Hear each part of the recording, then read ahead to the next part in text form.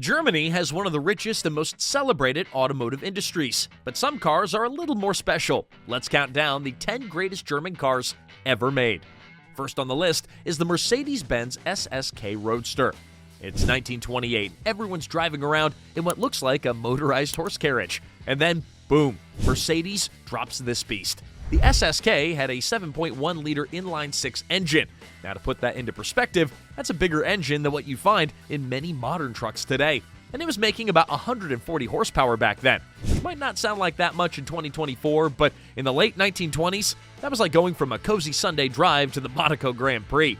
Oh, and it got better. If you were feeling extra spicy, you could hit a switch and boost it to up to 200 horsepower thanks to the supercharger. This car could reach a top speed of 115 miles an hour, which in 1928 was like strapping yourself to a rocket. You weren't just driving, you were signing up for an adventure. And Mercedes knew that they had something special, which is why they went on to make an even faster, more powerful version, the SSKL.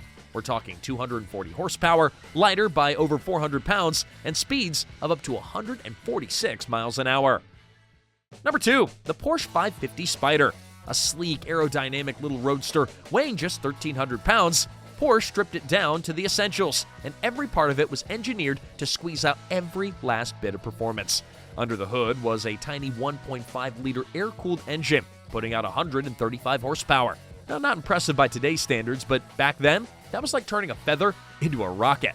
This thing could hit 150 miles an hour, a figure that left much bigger, more powerful cars eating its dust. They called it the Giant Killer, and it didn't earn that name just sitting in a showroom. This car hit the track and claimed 95 victories in 370 races, including legendary events like the Carrera Panamerica.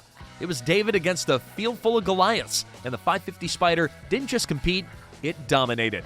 With its mid-engine layout and tubular space frame, the balance and handling, it was so precise. It felt like the car could practically read your mind through every corner. Even James Dean himself got behind the wheel of one, and he even named it Little Bastard. The 550 Spider became synonymous with speed, agility, and rebellion. Number 3, Mercedes-Benz 300 SL Gullwing. The Gullwing wasn't just about looks, though it has more curves than a racetrack and style that can make James Bond jealous, but under that sculpted hood, you've got a 3.0-liter inline-6, one of the first engines ever with fuel injection. And listen, this isn't your average old six-banger. It cranks out 215 horses, which back in the day, that was enough to make it the fastest production car in the world. No turbochargers, no fancy electronics, just raw mechanical brilliance. And get this, the space frame chassis that held it all together, it weighed just 110 pounds. But that weight savings meant some compromises, like those high sills that make climbing in feel like you're hopping into a cockpit. Number 4, the Volkswagen Golf GTI MK1. The first-gen GTI tipped the scales at just 1,785 pounds. That's about as light as a feather in today's world of those heavyweight SUVs and EVs. Volkswagen understood that keeping the weight down meant everything else could be more alive. And then there was that 1.6-liter engine. 109 horsepower might not sound like a lot today, but in the early 80s, paired with the GTI's nimble frame, it turned this car into a rocket for the masses. It could hit 60 miles an hour in 9 seconds, which back in the day was enough to put a grin on anyone's face and probably make your Porsche-owning neighbors a little nervous. But the real magic of the GTI MK1 wasn't just about straight-line speed. No, it was about how the car handled. Volkswagen lowered the GTI by 0.8 inches compared to the standard Golf. It threw in stiffer springs and sportier dampers, and suddenly you had a car that ate corners for breakfast. It was responsive, lively, and connected, and you could feel every pebble on the road. And somehow, that made it even more thrilling. It wasn't just about getting from A to B, it was about making the journey unforgettable. It had that kind of handling that made you want to find the twistiest road on the map just to see how well you could dance through the turns. Number 5, the Audi Sport Quattro. It's 1984, and Audi is about to do something that no one expects. They take a seemingly humble coupe, give it a powertrain that practically growls, and slap on some of the widest arches you've ever seen. That's the Audi Sport Quattro for you, a car that looks ready for a fight. And spoiler alert, it was. With its aggressive, almost comically short wheelbase at just 86.77 inches, this car had the perfect recipe for razor-sharp handling. You feel connected to the road, every bump, every corner. You were part of it. Under the hood, Audi fitted a 2.1-liter turbocharged inline-5 engine that made a then mind-bending 302 horsepower and 258 pounds per foot of torque. Imagine the growl that the 5-cylinder turbo had at full throttle.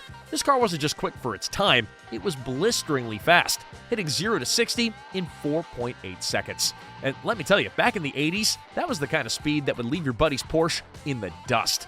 Audi didn't just build a car, they built a statement. All-wheel drive wasn't just for utility, it was for performance. They brought all-wheel drive to the rally stage, and the world took notice. The Sport Quattro proved itself on some of the harshest rally courses, dominating the infamous Group B Rally Series. This car could claw its way up Pikes Peak, and it wasn't just about raw power. The genius behind it was in the Audi Quattro AWD system. It brought stability and control to a car with a front-heavy engine layout, turning what could have been a weakness into a strength. The short wheelbase combined with that AWD made the Sport Quattro handle like a go-kart on steroids, darting through corners as if it were on rails. Number 6, the Mercedes-Benz 600. This masterpiece of German engineering didn't have the electric windows or powered seats, but it had hydraulics running the show. Every feature from the comfort closing doors to the sliding sunroof. It was powered by a sophisticated hydraulic system. Well, why hydraulics, you ask? Well, because nothing says luxury quite like the smooth, silent movement of pressurized fluid, far superior to the noisy electric motors of the time. This was a car that didn't just want to make you feel comfortable, it wanted you to feel like you were gliding on air. Speaking of gliding, let's talk about the ride. The 600 came with advanced pneumatic self-leveling suspension, which made every drive feel like you were floating above the road. The engineers didn't just want you to travel in style, they wanted you to feel like the road didn't even exist. And then there's the engine, a 6.3-liter V8 with 247 horsepower, capable of taking this nearly 5,500-pound behemoth to 62 miles an hour in under 10 seconds. Not only impressive for its size, but downright revolutionary for a luxury sedan of its era. Number 7, the Audi RS2 Avant. Now, the RS2 wasn't just born out of nowhere. This was Audi teaming up with Porsche, and boy, did they create something that redefined what a wagon could be.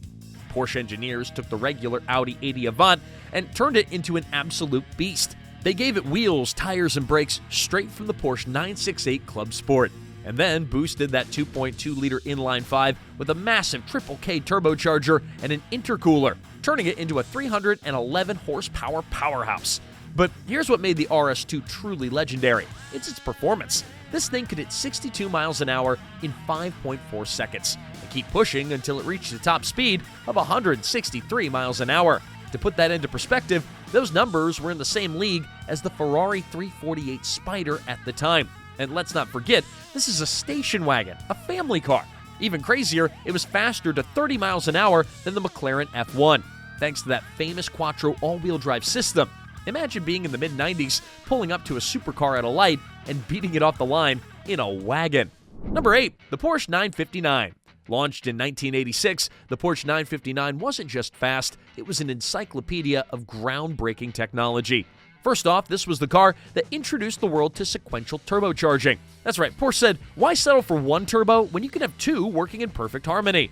Add active suspension and an all-wheel drive system that could adjust power between wheels depending on the G-forces you're pulling around corners, and you've got something that made other supercars of the time look like glorified tricycles.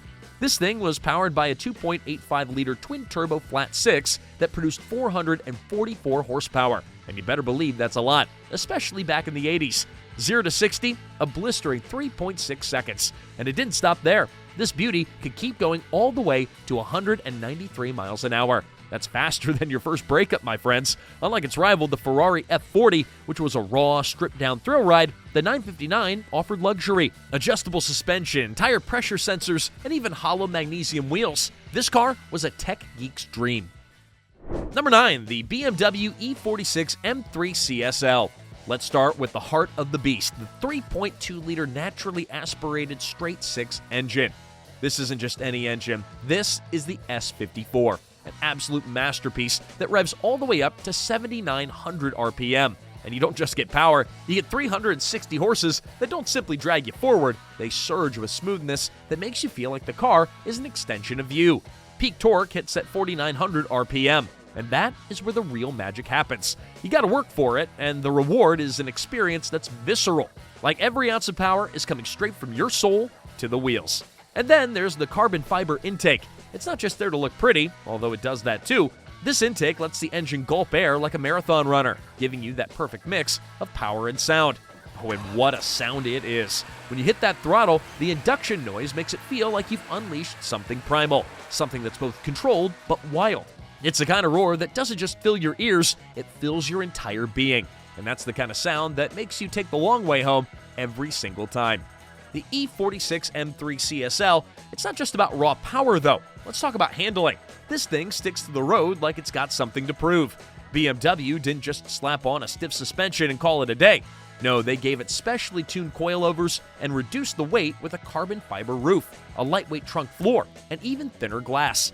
And the result? A car that's 110 kilograms lighter than the standard M3. With a center of gravity so low, it feels like you're glued to the tarmac.